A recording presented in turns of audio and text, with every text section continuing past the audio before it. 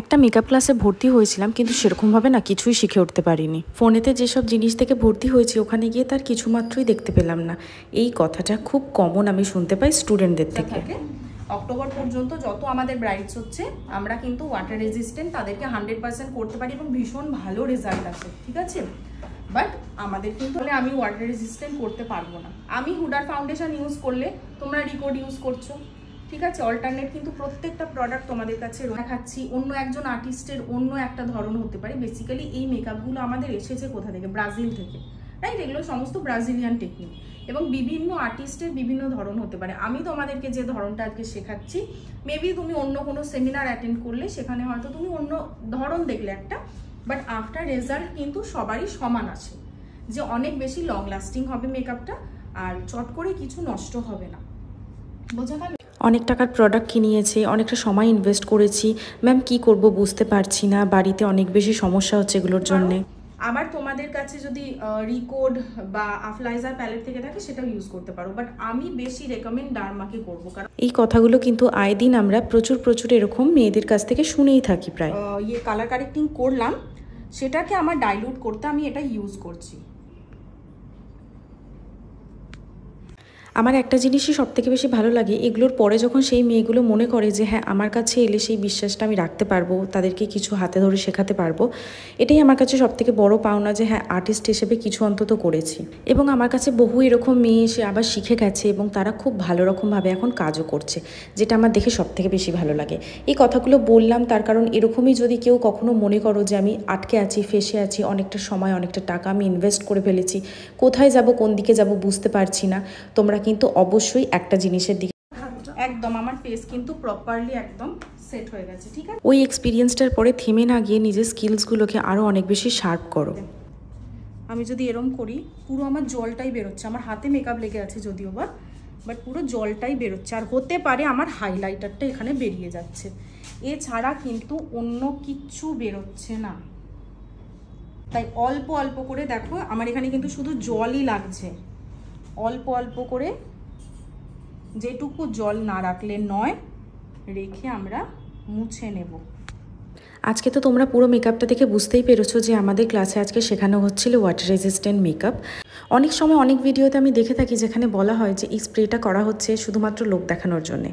একেবারেই না, আমাদের যদি প্রপার নলেজ থাকে তাহলে কিন্তু আমরা জানবো এটাকে বলা হয় ওয়াটার ফিক্সিং, এবং এটার একটা খুব বড় ভূমিকা থাকে ওয়াটার রেজিস্ট্যান্ট মেকআপের ক্ষেত্রে।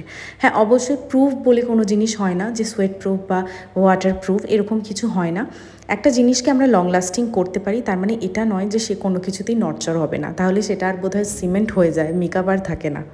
এটুকু জ্ঞান তো আমাদের প্রত্যেকেরই আছে। তো যাই হোক, স্টুডেন্টদেরকে অবশ্যই শেখাতে হবে যে গরমকালে খুব বাজে ওয়েদারের মধ্যেও তারা কীভাবে প্রতিটা সিচুয়েশানে গিয়ে কাজ করে উঠতে পারবে। তাই যেরকম আমরা শীতকালে কীভাবে মেকআপ করবো সেটাও শেখাবো, সেরকমই খুব বাজে সিচুয়েশানে গরমের মধ্যে হিউমিড ওয়েদারে আমরা কীভাবে মেকআপ করবো সেটাও কিন্তু শেখাবো। তো ওরা আজকে আমার কাছ থেকে চেয়েছিল যে ম্যাম আপনার যে লাইনার টেকনিকটা আছে আপনি ওটা দেখান, এবং ওদেরকে এমন কিছু আই মেকআপ দেখানো হচ্ছিল যেটা কিন্তু অবশ্যই ক্লায়েন্ট অ্যাপ্রোপ্রিয়েট। আমি কখনোই খুব বেশি একদম কালারফুল আই মেকআপ করতে পছন্দ করি না, হয়তো করে দিতে পারবো কিন্তু আদতেও সেটা স্টুডেন্টদের কোনো কাজে লাগে না। বেসিক্যালি মেকআপটা পুরোটাই টেকনিকের ওপর ডিপেন্ড করে, ঠিক অঙ্কের সূত্রের মতো। তাতে আমি যেরকমই নাম বসিয়ে দিই না কেন, রাম শ্যাম যদু, সেরকমই হচ্ছে ঠিক মেকআপের ক্ষেত্রেও। টেকনিকটা আমাকে ঠিক জানতে হবে, কালার সেটা আমি আমার নিজের মতো বা আমার ক্লায়েন্টের চয়েসে আমি পুট করে নিতে পারি। তো অবশ্যই আমি সবসময় শেখার ওপরে খুব বেশি জোর দিই। যারা চাইছো আমার কাছে এসে শিখতে, আমাদের কিন্তু 5 নভেম্বর থেকে শুরু হতে চলেছে basic to advance diploma class. তো যারা চাইছো ক্লাসটায় জয়েন করতে, অবশ্যই আমাদের স্ক্রিনে নাম্বার যাচ্ছে, যোগাযোগ করে নিতে পারো আমাদের সাথে। তো লাইনারটা তোমরা দেখতেই পাচ্ছ, একদম আমি এরকম লাইনার পরাতে খুব বেশি পছন্দ করি, আমার ব্রাইডরাও পড়তে পছন্দ করে। তাই আমার স্টুডেন্টরা আমার কাছে ডিমান্ড রেখেছিল যে ম্যাম প্লিজ এই লাইনারটা আমাদেরকে শেখাতেই হবে। অনেকেই বলে ওয়াটার রেজিস্ট্যান্ট মেকআপ নাকি একদম গ্লো করে না। তো আজকে তোমরা আমার মেকআপটা সামনে থেকে দেখে নাও। হয়তো পুরো টেকনিকটা তোমাদের সাথে শেয়ার করতে পারিনি, কারণ এটা সত্যিই সম্ভব না যে ক্লাসের মাঝখানে পুরো একটা ডেমনস্ট্রেশন কারোর সাথে শেয়ার করা। এটার জন্য কিন্তু অবশ্যই মাস্টার ক্লাস জয়েন করতে হবে, এবং এগুলোর পিছনে প্রচুর টেকনিক্স থাকে যেগুলো এইভাবে ভিডিওতে বলা বা জানানো কোনোটাই সম্ভব না। আশা করি তোমরা বুঝবে। যাই হোক, তোমাদের ফিনিশিংটা কেমন লাগছে সেটা কিন্তু আমাকে জানিও, আর কিছু মাত্র যদি ভিডিও থেকে তোমরা শিখে থাকো তাহলে সেটাও জানিও। আর তোমাদের কারোর সাথে কি সেম অভিজ্ঞতা হয়েছে, যেরকম কিছু মেয়েদের কাছ থেকে আমি শুনতে পাই তো তোমরা যারা আমার ক্লাস জয়েন করবে বলে মনে করছো, আমাদের একাডেমি হচ্ছে সিঙ্গুর, হুগলিতে। সিঙ্গুর স্টেশনে নেমে 1 মিনিটের ওয়াকিং ডিস্টেন্স হচ্ছে আমাদের স্টেশন থেকে স্টুডিও। তোমরা আমার কাছে এলে যেগুলো শিখতে পারবে সেগুলো হচ্ছে water resistant makeup, airbrush makeup, তার সাথে এইচডি, নন এইচডি মেকআপ এবং অবশ্যই advance hairstyle, basic to advance hairstyle, কলকা, sari draping, each and everything. এই ক্লাসটা একটা মাস্টার ক্লাস এবং এই ক্লাসটা করার পরে তোমাদের কিন্তু অন্য কোনো ক্লাস করার দরকার পড়বে না আলাদা করে। আর এই ধরনের রিসেপশনের হেয়ারস্টাইল তো আমাদের ক্লায়েন্টরা এখন খুবই পছন্দ করে, তো সেরকমই অ্যাকর্ডিং শেখানো হয়েছিল।